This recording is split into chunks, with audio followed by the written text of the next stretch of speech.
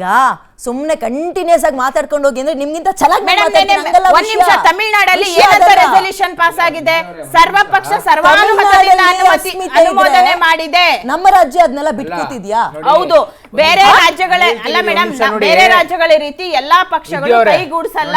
BJP ಅವರು ಏನಿದ್ರು ಮೋದಿ ಅವರ ಮುಂದೆ ಕೂತು ಒಂದು ಪ್ರಶ್ನೆ ಮಾಡುವ ದಿಟ್ಟತನವನ್ನ ಯಾವುದೇ ಸಂಸದರು ತೋರಿಸಿಲ್ಲ. ಕೇಳಿಸ್ಕೊಳ್ರಿ, ಫಸ್ಟ್ ಬಹಳ ಸ್ಪಷ್ಟವಾಗಿ ನಾವೆಲ್ಲ ಅರ್ಥ ಮಾಡ್ಕೋಣ. ಮೇಕೆದಾಟು ಅನ್ನುವಂಥದ್ದು ಇಲ್ಲಿ ಪೊಲಿಟಿಕಲ್ ರಾಜಕೀಯ ಅನ್ನ, ಇದು ಬಹಳ ಟೆಕ್ನಿಕಲ್ ಆಗಿ ಕಾನೂನಾತ್ಮಕ ಮಾಡಬೇಕಾಗಿರ್ತಕ್ಕಂಥ ಹೋರಾಟ. ಆಮೇಲೆ first basic common sense Congress ಅವ್ರಿಗೆ ಇರಬೇಕು. ನೀರಾವರಿ, water is A state subject. ರಾಜ್ಯ ಸರ್ಕಾರಗಳಿಗೆ ಅಧಿಕವಾದಂಥ ಏನೋ ಶಕ್ತಿ ಇರ್ತಕ್ಕಂಥದ್ದು ಆ ಸಬ್ಜೆಕ್ಟ್ಸ್ ಬಗ್ಗೆ ಡಿಸಿಷನ್ ತಗೊಳ್ಲಿಕ್ಕೆ. ಈಗ ಬಹಳ ಸ್ಪಷ್ಟವಾಗಿ ಬಹಳ ಸಿಂಪಲ್ ಆಗಿ ಯೋಚನೆ ಮಾಡೋಣ. ಒಂದ್ ನಿಮಿಷ ಅದನ್ನೇ ಹೇಳ್ತೀನಿ ಕೇಳ್ರಿ.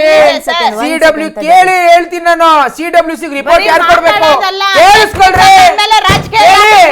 CWC ರಿಪೋರ್ಟ್ ಕೊಡೋದು ಯಾರು? ಅಲ್ಲ, ನೀವು ಮಾತಾಡಿದ್ರೆ ನೀವು ಮಾತಾಡ್ಬೇಕಾದ್ರೆ ಸುಮ್ಮನೆ ಇದು ಟೆಕ್ನಿಕಲ್ ಆಸ್ಪೆಕ್ಟ್ಸ್. CWC ಡೆಲ್ಲಿಲೇ ಇರೋದು, ಅದಕ್ಕೆ ರಿಪೋರ್ಟ್ ಯಾರು ಕೊಡ್ಬೇಕು? ನಿಮ್ ರಾಮಲಿಂಗಾರೆಡ್ಡಿ ಅವ್ರು ಕಳಿಸ್ಬೇಕ್ರಿ DPR ನ.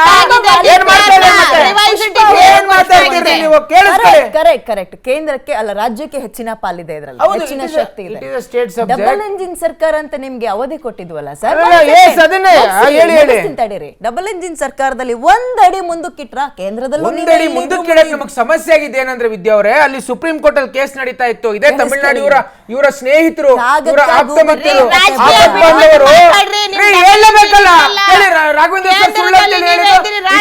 ಸುಪ್ರೀಂ ಕೋರ್ಟ್ ಅಲ್ಲ ವಿದ್ಯಾ ಅವರೇ. ಈಗ ನಾನ್ ಮಾತಾಡ್ಬೇಕಾದ್ರೆ ಇಂಟರಪ್ಟ್ ಮಾಡಿದ್ರೆ ನಾವು ಎದ್ದೋಗ್ತೀವಿ ಅಷ್ಟೇ. ಉತ್ತರ ಕೊಡಕ್ಕೆ ರೆಡಿ ಇಲ್ಲ. ನೀವು ರೆಡಿ ಇಲ್ಲ, ನಾನು ಹೇಳ್ತೀನಿ ಕೇಳಿ.